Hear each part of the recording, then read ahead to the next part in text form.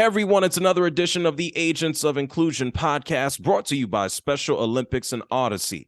I'm JR of the JR Sport Brief on CBS Sports Radio. We're here to inspire and encourage inclusivity to make our lives in the communities that we're in better. New episodes with new guests every Wednesday. If you haven't subscribed, do it now. For this episode, we're going out to Lincoln Park, New Jersey to check in with athlete Bobby Fredericks. He's been participating in Special Olympics since he was 5 in a variety of sports. But as you'll hear, track and running are his thing. He'll be participating in the Lincoln Tunnel Challenge that goes down this Sunday, May 7th, between New Jersey and New York. The challenge raises money for Special Olympics events and activities in New Jersey. You can find out more at ltc5k.org. In the meantime, let's learn more about Bobby and what gets him going. It's another edition of the Agents of Inclusion podcast, and right now we're being joined by Special Olympics athlete, my new friend, Bobby Fredericks. He's coming all the way from Lincoln Park, New Jersey. Bobby, how are you, man? I'm good. How you doing, JR? I'm good. I'm happy to have you on. We're going to talk about the Lincoln Tunnel Challenge and the 5K. But before we get into that, and by the way, that goes down this upcoming Sunday, May 7th, between New Jersey and New York. Bobby, tell us a little bit about yourself. What got you involved with Special Olympics? Who introduced you? Fill us in. Well, the person who got me involved in Special Olympics is Flo Fulano. She was my coach when I was at Ryerson School in Wayne. And she was trying to convince my parents that it'd be good for me to join Special Olympics. And my parents, you know how parents are kind of like, I don't know. I don't know if he's ready for it, and this, that, and the other thing. And you know, Coach Fulano was like, trust me, it will be good for him. And here I am now. So around how old were you when that took place? I was about 5, and I'm 42 now. So you've been a partner for basically your entire life. And so throughout I'm an athlete. I'm not a unified partner. I'm an athlete. No, but I mean, in regards to working with Special Olympics, you are correct. Yeah. You've been an athlete for a long time, your entire adult life here. What sports have you participated in? My first sport was track. I did bowling. I did basketball skills. And then when it got to the point that I started to win basketball skills all the time, I had a talk with my mom, and I said, I think maybe it's time to change from skills to a team sport. So that's when I joined floor hockey. I was in high school when I joined floor hockey. And then the same team I was playing floor hockey with, they all said, hey, we can use you on basketball. And I'm like, this is the athletes. And the coach all saying, hey, we could use you on basketball. And I'm like, well, I'm not really that good of a player. I don't even know how to play. So what would you say is your strongest sport that you've participated in? Where have you walked away with some medals or some hardware? Well, the sport I've been doing the longest is probably track. But something really funny about the basketball one is that, so I was like, I'm not that good at it, and you guys don't want me, and you know, I don't even know how to play and all that sort of stuff. Well, I was a manager for girls basketball at my high school at Booton, where I went to school. In Booton High, yeah, it's cool. Yeah.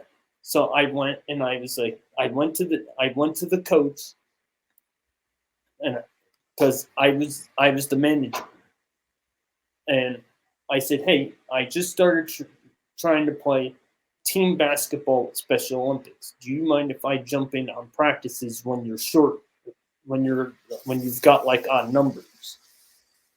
And he's like, well, let me check with the team. And the team is like, sure, but fine with us.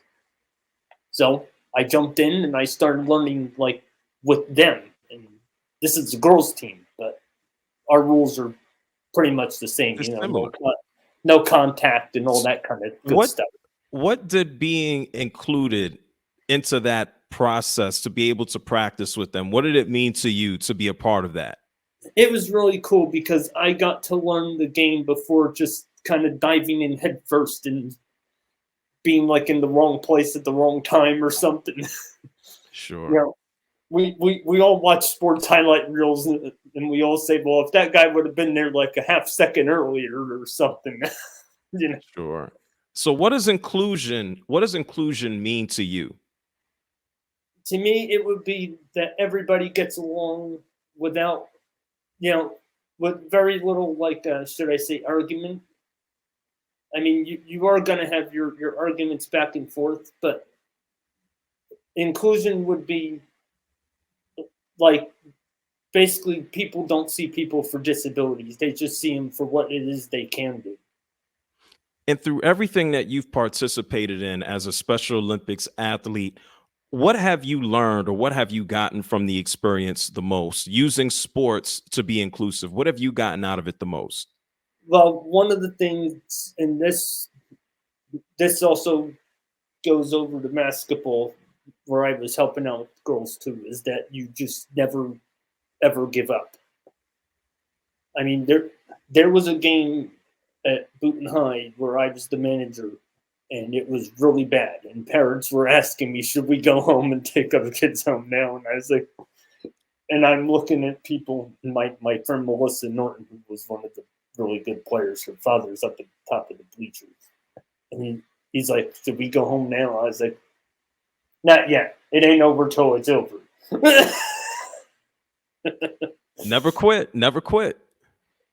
So as soon as everybody came back from halftime break and everything, I said, "Look, we're getting we're getting our butts kicked on free throws and stuff like that. So I need you guys to do me a favor and work on free throws." Because the coach is just like, "Well, you've been seeing what's going on. You know, you have them go and do warm ups and stuff. We were still waiting for the other team." So I was like, "All right, I want everybody to do free throws, and once you've made two, take a seat on the bench." And Now, once everybody was on the bench, I said, "All right, listen, we have a saying in Special Olympics. It's the athlete oath, and it's let me win, but if I cannot win, let me be brave in the attempt." And I said to them that basically the sum of it is just never quit. never I said, quit. so I need you guys to play like that is like the score up there is 0-0. I need you to play like we just started. What does that message kind of say about perseverance? And you talk about practice. You can think about free throws. You can stand in the gym all day and you can get better just by going out there and practicing and never giving up. You're bound to get better. I think there's a cool message in there as well about not giving up, Yeah, wouldn't you say? Probably more of a yeah, message. yeah. And the funny thing about this whole thing is that after the game was up, is that the team that we were playing, who was kicking our butts, and they they were like smoking us. Well, we came back and we killed them. And the next thing I know, it's like Monday or Tuesday on the PA system is the girls basketball team would like to thank their manager for the encouragement or whatever over the loudspeaker. And I'm like, whoa, never been acknowledged over the loudspeaker before. No, well, I mean, if you're helping the team get over the hump and walk away with that victory is something you were certainly deserving of. Tell me about how you played basketball. You were able to participate on that team. You were able to manage that squad. What did you learn from being a manager? Well, well, from being a manager, I was more or less watching where they were, and and my job was what they call shot charts. So it was a printout of the court, and for my school, we would put a capital B for Booton, and we put a circle around if we made it, and we just put the capital B if we don't make it. And the other team, we would put we put the single letter, or a P for Pingree, which is who we were playing in this game that I was telling you about. Sure. So I put a P for them, and a capital P just by itself as they missed, and a capital P with a circle as they made it. So at halftime, I was the one who said, hey, coach, I know you don't want these till after the game is over, but I thought these could help. And Sure. I gave him the shot charts from the first half. So you were able to provide the coach with valuable information. What's some of the best advice that someone has ever given you? I think it's just, just don't back down. Like some of the sports that you see me behind me, soccer, floor hockey, basketball, when I played them for the first time, I was like, I had no idea what the heck I was doing. But then I have teammates like my friend Desi, who plays soccer and is actually a really good soccer player, who's also on my track team. She's a good player. And she's like, well, hey, be over here, not there, or something. This is an athlete. I mean, her dad's the coach, but she's the one helping out, and is like, hey, a couple of steps over that way, or step this way, or come a little come more towards me, or something. So you got it. You got advice. Yeah. You got leadership. You were told to never back down. And you mentioned track again. When did you start with track? And then I want you to tell me a little bit about the Lincoln Tunnel Challenge. What got you into track? Track was my first sport. And that was in 1986 that I started. So I was 5 when I started with track. And that's the only individual sport I still do. Why do you enjoy it? It's exercise. I would have been running on my treadmill a little earlier, but I ran on my treadmill yesterday since there was no NASCAR race. The race was supposed to be on Sunday, but it's on today because it rained at Dover. So I was like, oh, well, I'll go get in 3.5 miles tomorrow, so I don't need to worry about it today. So how much running would you say you do? I don't really know totals. I just know that I run like 4 miles in like 43 minutes and 39 seconds, I think is the time I run for 4 miles at 5.5 miles an hour. Well, you're better than me. I barely go out and run. I'll get a brisk walk in, but I need to get my running together. And I know that this upcoming Sunday, we have the Lincoln Tunnel Challenge. It's going to run from New Jersey to the New York City side. It's going to go under the Hudson River. And starts on the Weehawken side, goes to New York City, turns around and comes back. And you said you have been running since 86 when you were 5. I know that the challenge has been going since 1986, and the money raised goes towards Special Olympics New Jersey to help with a lot of their endeavors. Well, I've only been running the Lincoln Tunnel since 2005. That's still a good amount of time. I know it started in 86. What is your favorite part about participating in the challenge? So just to let you guys know, the only time that I've missed the Lincoln Tunnel was one time. It was scheduled at the same time as the state basketball tournament, which is down at Wildwood. And the other time that I missed was obviously because of the pandemic. Sure. Well, those are the only times I've ever missed the Lincoln Tunnel. Well, what's your favorite part about participating in that particular 5K? It's just something different. Anybody can run a 5K on the surface. This actually goes down under the Hudson River comes out on the other side, turns around, and comes back. Like,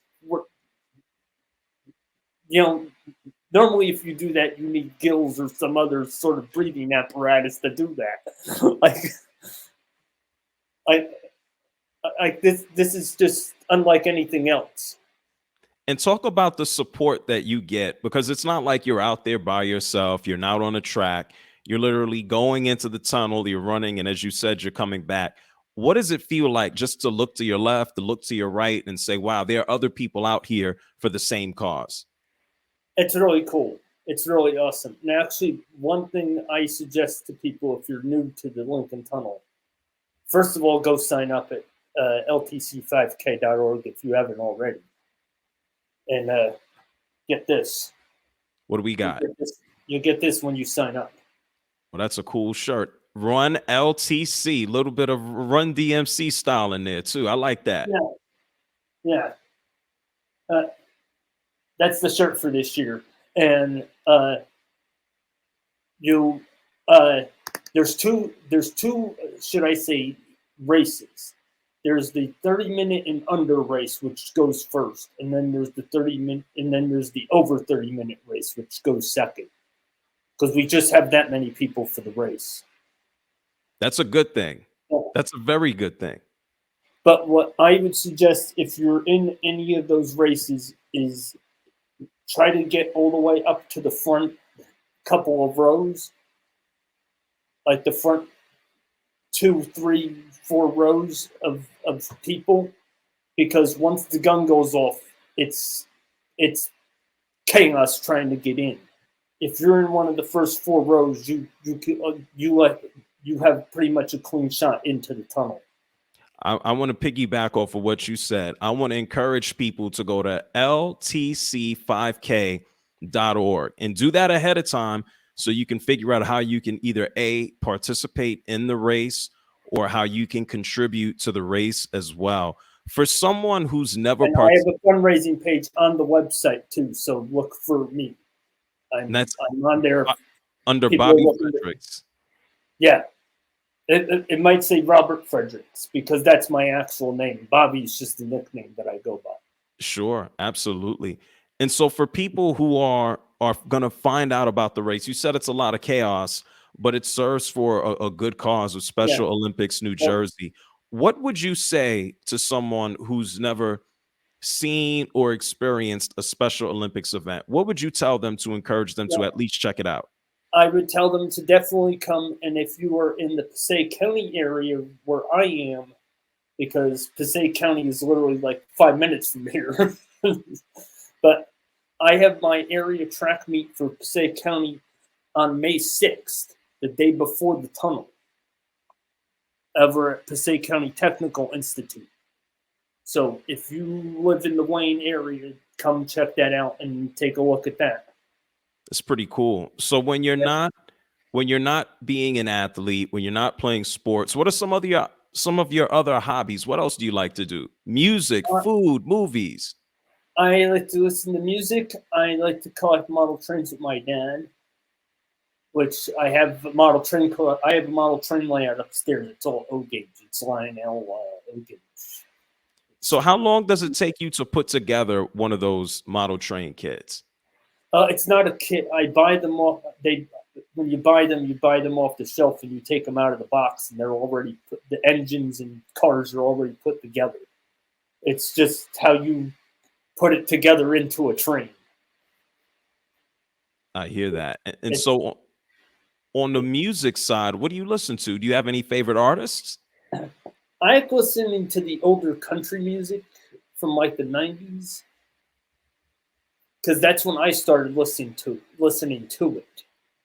Garth Brooks, a little Garth Brooks. Yeah, Garth, Clint Black, Mary Chapin Carpenter, Patty Loveless.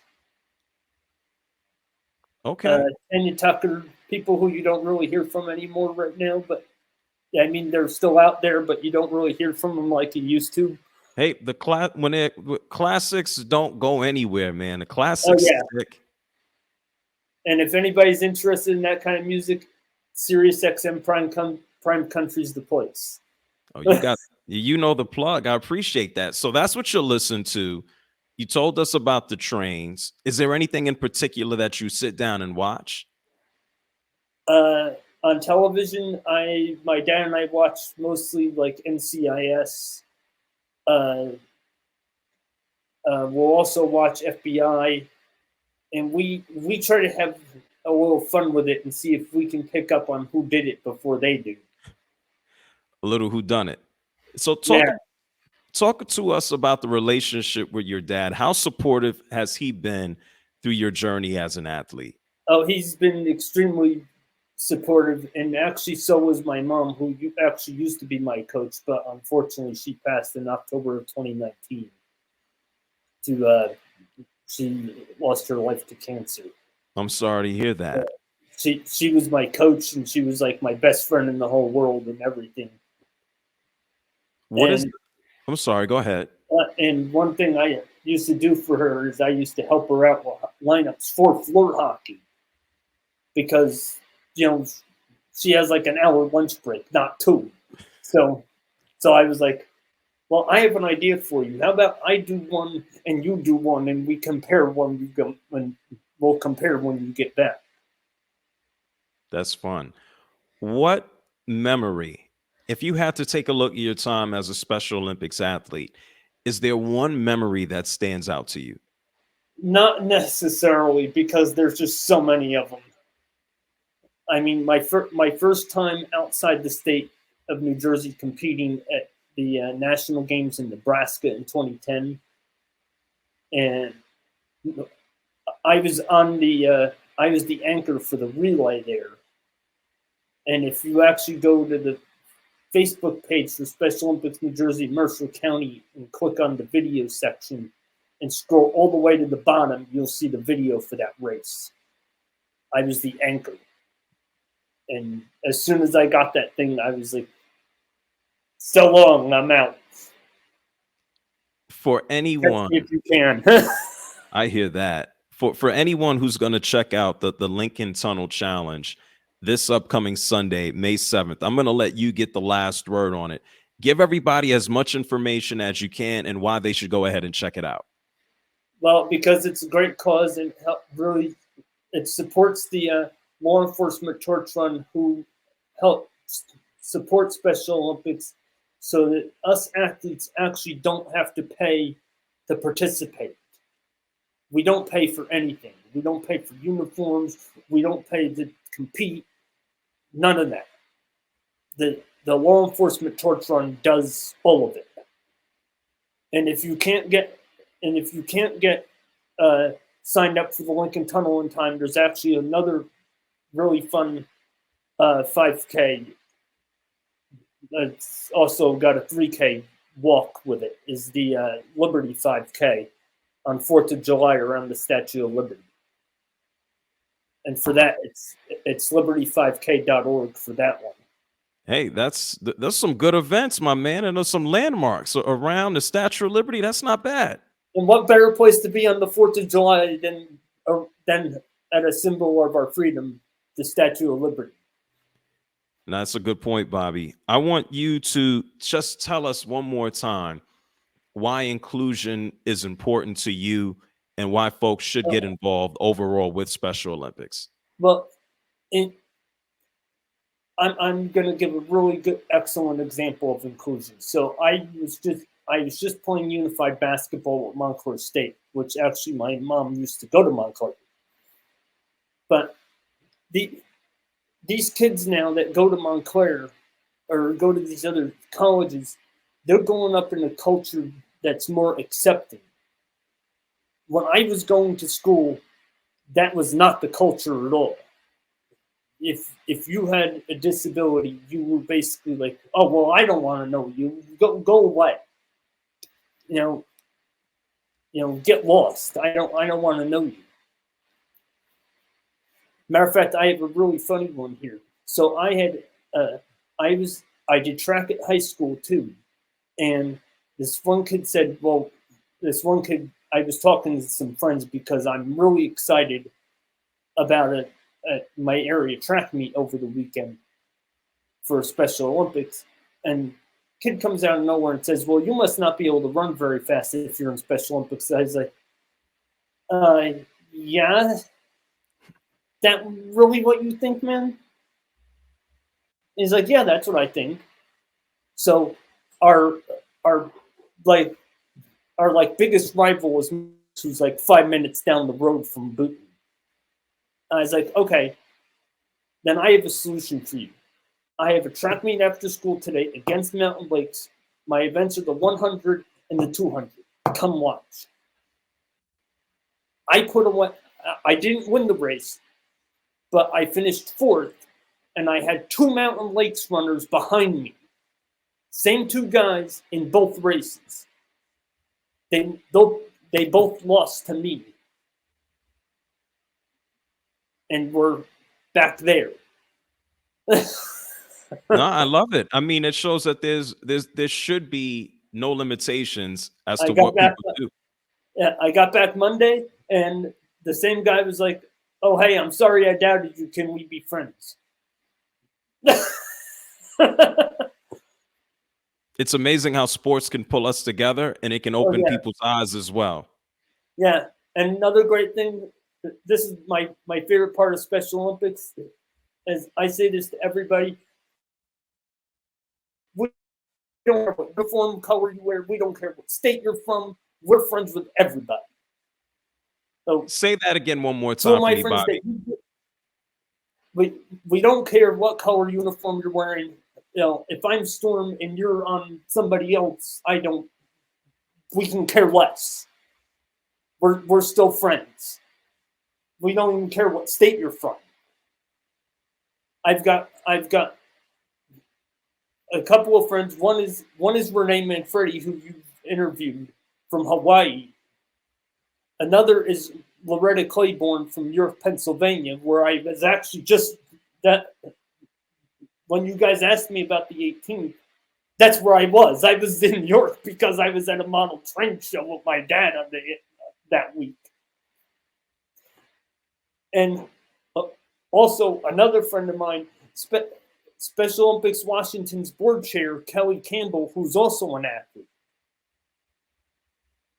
I mean, I got Special Olympics athletes that are my buddies all over the country here. You know, it's a cool thing to know that Special Olympics operates all over the world, in every state, just everywhere at a local level. So I'll encourage every person listening right now to go to specialolympics.org and figure out how you can get involved wherever you live. And for everyone who happens to be in the New York City, New Jersey metropolitan area, I encourage you, this upcoming Sunday, May 7th, it's the Lincoln Tunnel Challenge. It's the 5K. You can go to ltc5k.org. Hey, Bobby, I appreciate you for coming through. And if they want to look up if they want to look up other Special Olympics New Jersey events, they can go to sonj.org and click on the fundraising section to check out other fundraising events that we've got. Just besides the Lincoln Tunnel and the Statue of Liberty and all this other stuff. Plenty of events and things going around all year long. We got polar bear plunges. We've got you name it, we've got it. Sounds like New Jersey. Oh, little something for everybody. And hey, we even have a playoff hockey team right now.